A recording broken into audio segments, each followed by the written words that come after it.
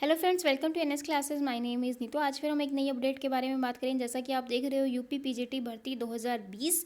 तो UP PGT भर्ती जो 2020 में आने वाली है, तो उससे पहले हम देख लें कि जो भी बच्चे पीजीटी के लिए अप्लाई करने वाले हैं, तो कौन बच्चा यहाँ पे फॉर्म को फिल कर सकता है, कौन नहीं कर सकता है। तो वही सारी चीज़ें हम यहाँ पे वन बाय वन करके आपको 7 पॉइंट मैं यहाँ पे डिस्कस करवाऊँगी डिटेल में, जिससे जो आपकी सारी जो डाउट्स हैं, सारे जो क्या कहते हैं, ये है कि मैं फ़ॉर्म भर सकता हूँ, नहीं भर सकता हूँ, मेरी एजुकेशनल क्वालिफ़िकेशन क्या होगी, मैं कैसे तैयारी करूँ। तो वही सारी चीज़ें हम यहाँ पे वन बाय वन करके डिस्कस करेंगे। देख लेते हैं कि 7 पॉइंट हम आज क्या डिस्कस करने वाले हैं।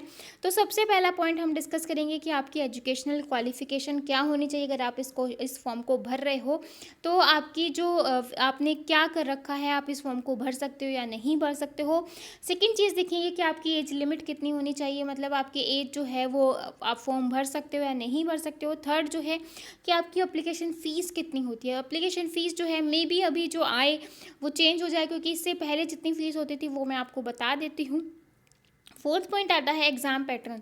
एग्ज़ाम पैटर्न आपका कैसे रहेगा, मतलब आपको एग्ज़ाम जो है वो कैसे क्वालिफाई करना पड़ेगा। पार्ट 1 में कितने क्वेश्चंस आएंगे, पार्ट 2 में कितने क्वेश्चन आएंगे, आपके सब्जेक्ट से रिलेटेड कितने क्वेश्चन होंगे। तो वही सारी चीज़ें हम यहाँ पे डिस्कस करेंगे, ताकि जब आप अपने एग्ज़ाम की प्रिपरेशन करो तो आप ईजिली आप अपने एग्ज़ाम को क्वालिफाई कर सको।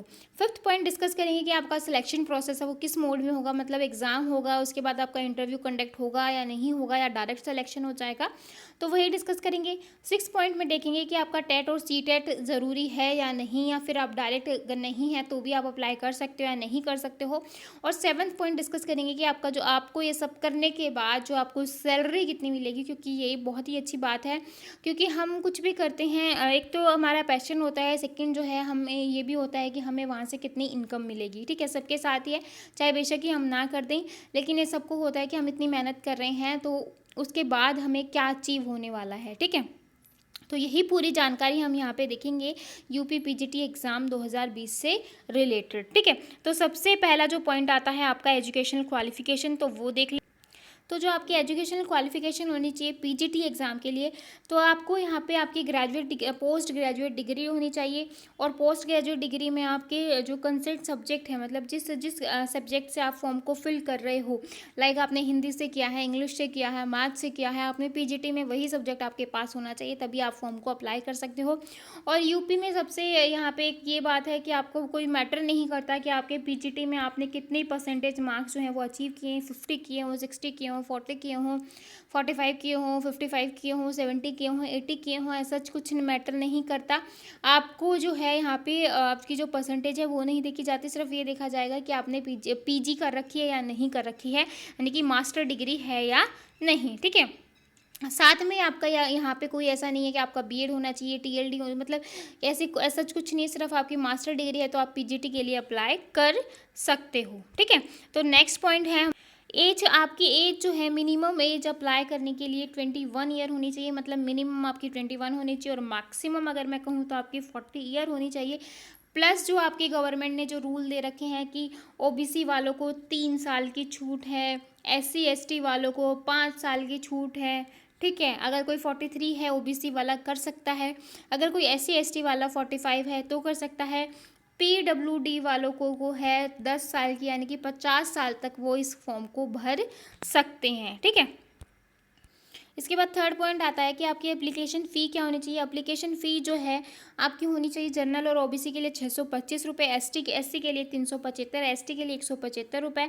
उसके बाद सर्विसमैन, फ्रीडम फाइटर, वुमेन, इन सब के लिए वो नीड के अकॉर्डिंग देखेंगे कितना पे करवाना है। ठीक है, तो ये एप्लीकेशन फ़ी होती थी आपकी कोरोना वायरस से पहले। कोरोना वायरस के बाद अभी जो आपकी नोटिफिकेशन आएगी उसमें फ़ी जो है वो क्या पता बढ़ा भी सकते हैं, या फिर क्या पता सेम भी हो सकती है। ठीक है, वो तो अब डिपेंड करेगा कि जब हमारे फॉर्म आएंगे तभी देखेंगे कि जो फीस स्ट्रक्चर है वो क्या निकाला है। ठीक, उसके बाद फोर्थ पॉइंट आता है कि आपका जो एग्ज़ाम पैटर्न है वो क्या होना चाहिए। एग्ज़ाम जो है वो आपको जो पार्ट 1 है, मतलब इतना आप लगा लो कि आपका पार्ट 1 है, और इस पार्ट 1 में आपको हिंदी और इंग्लिश आनी चाहिए। हिंदी आएगी आपकी 20 मार्क्स की, इंग्लिश भी आएगी आपकी 20 मार्क्स की, यानी कि 40 क्वेश्चन होंगे और 40 ही मार्क्स के होंगे। उसके बाद जनरल अवेयरनेस बहुत ही ज़्यादा वेटेज रखता है, क्योंकि बिना जनरल अवेयरनेस मोस्टली बच्चों को पसंद नहीं होता, लेकिन काफ़ी ज़्यादा एग्ज़ाम में यही रखता है कि एग्ज़ाम को क्लियर कर सकते हैं या नहीं कर सकते हैं। यही आपका क्या कहते हैं, वो कहते हैं ना गेम चेंजिंग वाला पॉइंट होता है। तो 30 क्वेश्चन ये आएंगे, 30 मार्क्स के होंगे। न्यूमेरिकल एबिलिटी एंड रीजनिंग यानी कि मैथ्स एंड रीजनिंग आपकी 30 मार्क्स की होगी, 15 मार्क्स। तो 30 क्वेश्चन ये होंगे, 30 मार्क्स के होंगे। टीचिंग एप्टीट्यूड जो होगा आपका 20 मार्क्स का हो, यानी कि चाइल्ड साइकोलॉजी कह सकते हो इसको, तो 20 मार्क्स के आएंगे। और आपको ये सिर्फ यहाँ से ये पूछे जाएंगे कि किस तरीके से आप बच्चे को पढ़ा सकते हो, आपके अंदर क्या कैपेबिलिटी होनी चाहिए, मतलब इस तरीके से आपको थोड़ा सा सेंस के से रिलेटेड पूछेंगे कि आप बच्चे को किस तरह, कोई बच्चा मंद बुद्धि है क्लास में और बाकी आप उसको किस तरीके से ट्रीट करोगे, बाकी बच्चों से अलग बिठाओगे या अलग तरीके से अलग टाइम दोगे, या किस तरीके, बिल्कुल उस पर ध्यान नहीं देना बंद करोगे, मतलब इस तरीके से आपसे क्वेश्चन पूछे जाते हैं टीचिंग एप्टीट्यूड से रिलेटेड। ठीक है, तो ये तो हो गया आपका पार्ट 1। पार्ट 2 जो है वो आपका सब्जेक्ट से रिलेटेड होगा, चाहे आपने हिंदी के लिए पीजीटी दे रहे हो तो हिंदी का होगा, मैथ्स से दे रहे हो तो मैथ्स का होगा, कंप्यूटर साइंस से दे रहे हो तो कंप्यूटर साइंस का होगा, साइंस से दे रहे हो तो साइंस का होगा, केमिस्ट्री, फिजिक्स, बायो, मतलब जिस भी चीज़ से दे रहे हो आपकी जो पीजी जो है आपका उसी 80 मार्क्स मतलब आपके सब्जेक्ट से रिलेटेड होगा। तो टोटल जो है यहाँ पे 200 मार्क्स का पेपर होगा, 120 आपका पेपर 1 और 80 जो है आपका पेपर 2 होगा। ठीक है, तो ये हमारे पॉइंट थे। उसके बाद जो 5th पॉइंट आता है, 5th पॉइंट आपका आएगा सिलेक्शन प्रोसेस। सिलेक्शन प्रोसेस जो है वो आपका किस बेस पे होगा वो देख लेते हैं। सिलेक्शन प्रोसेस में आपका एग्ज़ाम होगा, एग्ज़ाम का पैटर्न मैंने बता दिया है। 200 मार्क्स का आपका एग्ज़ाम होगा। एग्ज़ाम होने के बाद आपका एक इंटरव्यू लिया जाएगा, जिसको इंटरव्यू कंडक्ट होगा। इंटरव्यू और आपके एग्ज़ाम के मार्क्स डिपेंड करेंगे कि आपका जो है एग्ज़ाम में सिलेक्शन हुआ है या नहीं हुआ है, आप इस जॉब के लिए क्वालिफाई कर गए हो या नहीं कर गए हो। ठीक है, आपका जो नेक्स्ट पॉइंट है, टेट या सीटेट यहाँ पे ज़रूरी है या नहीं, नहीं आपकी यहाँ पे पीजी होनी चाहिए। अगर आपने पोस्ट ग्रेजुएशन कर रखी है तो आप इस फॉर्म को अप्लाई कर सकते हो। ठीक है, उसके बाद लास्ट पॉइंट आता है कि आपका जो ग्रेड पे है, मतलब आपकी जो सैलरी है वो यहाँ पे कितनी होगी। तो जो सैलरी है आपकी पीजीटी टीचर की वो आपकी होनी चाहिए 9300 से 34,800 प्लस जो आपकी ग्रेड पे होगी 4800 प्लस इसके अंदर टीए, सीटीए, रेंट वेंट, मतलब बहुत सारी चीज़ें आ जाएंगी, जिसको मिला के आप 60 प्लस तो आप मान के ही चलो।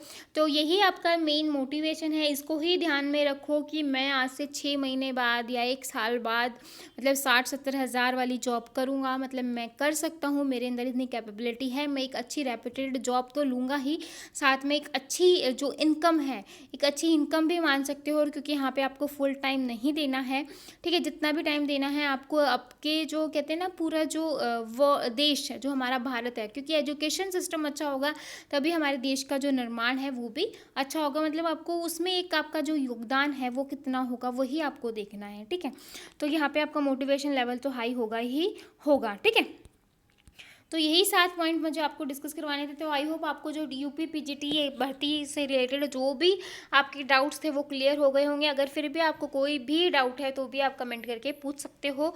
तो ऐसे ही वीडियो के लिए अगर आपने मेरे चैनल को सब्सक्राइब नहीं किया है, क्योंकि जो बच्चे प्रिपरेशन कर रहे हैं टीचर्स की, यहाँ पे टीचर से रिलेटेड जब भी नोटिफिकेशन आती है जॉब से रिलेटेड आपको तुरंत मिल जाती है। प्लस जो आप कंप्यूटर साइंस की प्रिपरेशन कर रहे हो तो भी आपको कंप्यूटर साइंस की यहाँ पे प्रिपरेशन करवाई जाती है। तो अगर आप ये चीज़ कर रहे हो और आपके लिए चैनल हेल्पफुल है तो प्लीज़ चैनल को लाइक और सब्सक्राइब करना बिल्कुल मत भूलिएगा। और फिर मिलते हैं ऐसी वीडियो के लिए, तब तक के लिए बाय एंड थैंक यू।